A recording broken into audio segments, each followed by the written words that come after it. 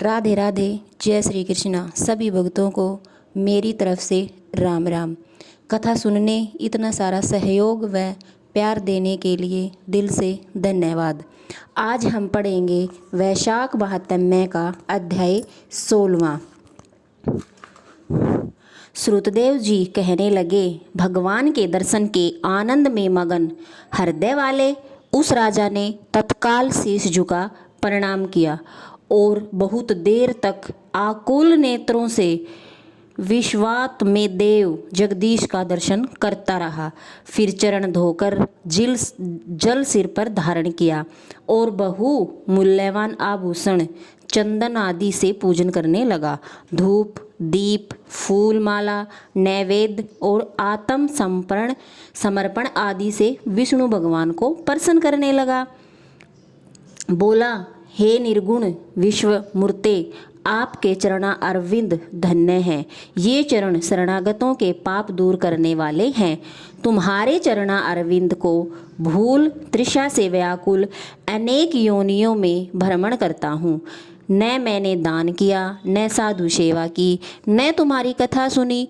उस अपराध से शत्रुओं ने मुझे पराजित भी कर दिया। मेरा वैभव भी नष्ट हो गया। तब मैं वन में चला गया।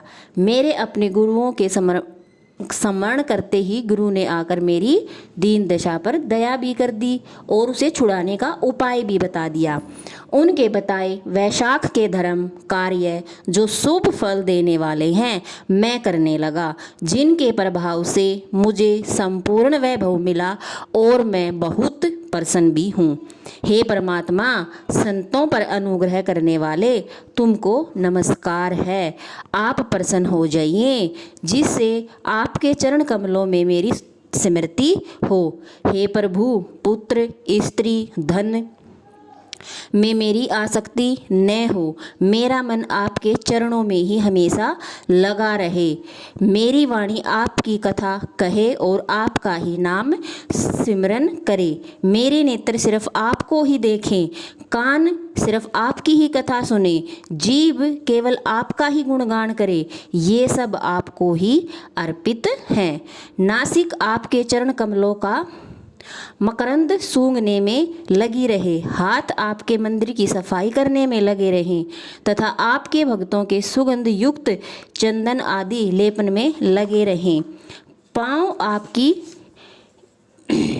कथा में ले जाए। मेरी मुर्दा सदा आपकी वंदना में लगी रहे। कामना आपकी कथा में, बुद्धि आपके विचार में सदा लगी रहे।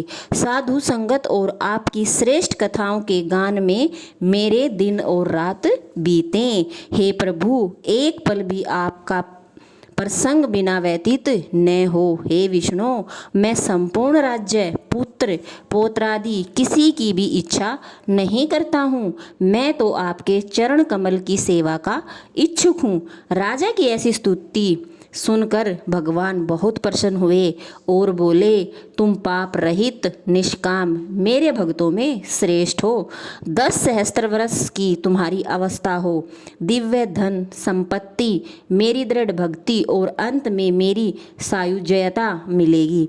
जो प्राणी तुम्हारी की हुई स्तुति करेंगे, मैं उन पर प्रसन्न होकर उन्हें निसंदेह ही भक्ति और मुक्ति दूंगा।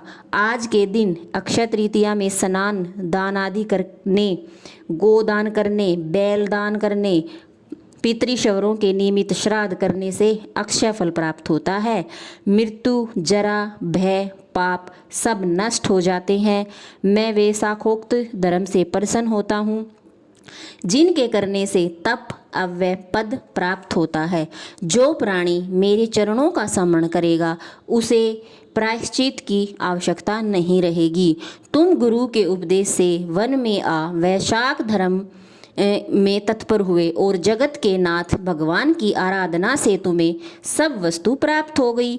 इस धर्म से प्रसन्न हो मैंने तुम्हें दर्शन दिया है। अब तुम देवताओं के लिए भी दुर्लभ इच्छित भोगों को भोगो। देवादिदेव जनार्दन राजा को ऐसा वर देकर अंतर्धान हो गए। तब वह राजा अत्यंत प्रसन्न हुआ। तदंतर गुरु महात्माओं का सत्संग कर नित्य प्रति ज्ञान प्राप्त करने लगा और वासुदेव भगवान के अतिरिक्त किसी को नहीं मानता था। सब धर्म को बारंबार करने से पुत्र पौत्रादि की वृद्धि हुई और संपूर्ण मनोरथ को भोग अंत में चक्रपाणि विष्णु भगवान की सायुज्यता को प्राप्त हुआ। जो इस परम सुंदर आख्यान को सुनते सुनाते हैं वे सब पापों से छूट जाते हैं और भगवान के परम पद को प्राप्त करते हैं। वैशाख महात्म्य का 16वां अध्याय समाप्त हुआ। राधे राधे, जय श्री कृष्णा। और सभी भक्तों से निवेदन है, जो भी मेरे से गलती हुई हो पढ़ते समय तो उसे माफ़ करना। वीडियो को लाइक करें, शेयर करें और सब्सक्राइब करें। राधे राधे, जय श्री कृष्णा। आप सभी भक्तों का जीवन मंगलमय हो, आपके जीवन में खुशियाँ आएँ।